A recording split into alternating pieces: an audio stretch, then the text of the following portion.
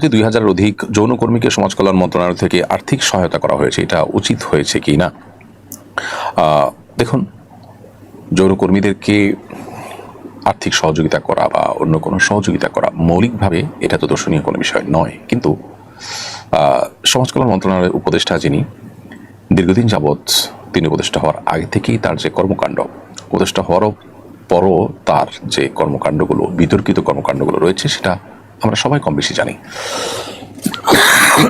দুঃখিত। এদেশে যৌনকর্মীদেরকে, পতিতাদেরকে পুনর্বাসন করা, তাদেরকে সুন্দর এবং সুস্থ স্বাভাবিক একটা জীবন উপহার দেওয়ার প্রচেষ্টা না করে বরং তারা যে বিভিন্ন রকমের দালালদের খপ্পরে পড়ে ভুল পথে এসেছেন, সেই পথেই তাদেরকে টিকিয়ে রাখার জন্য তিনি কাজ করছেন। অতএব এই যে টাকা দেয়া হয়েছে, এই টাকা দিয়ে যদি তাদেরকে তাদের কাজের প্রতি প্রণোদনা দেওয়া হয় আর উৎসাহ দেওয়া হয়, তাহলে এটা হবে জনগণের ট্যাক্সের টাকার অপব্যবহার।